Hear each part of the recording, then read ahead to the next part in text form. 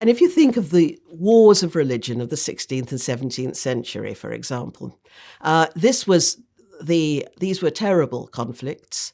A third of the population of Central Europe was left dead after these wars, which lasted a century.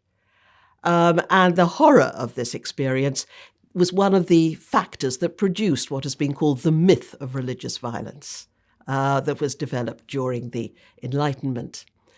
And the idea was that because Christians had been driven mad by the theological quarrels of the Protestant Reformation, they therefore slaughtered one another in these senseless wars. Now, certainly religious passions were mixed up in this, but if that was the only thing these wars were about, you would not expect to find Catholics and Protestants fighting on the same side. But in fact, they often did so, and in the process killed and fought their co-religionists.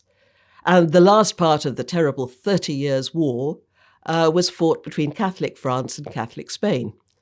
This was also a war between two sets of state builders. One was the Holy Roman Emperor, Catholic Holy Roman Emperor, who wanted to create a European-wide empire like the Ottoman Empire.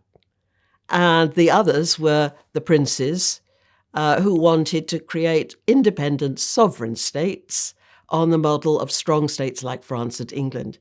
So you've got two states of types of state builders fighting one another, and this is infused with religious passion. So you have always to take into account the absolute inextricability of religion and political violence.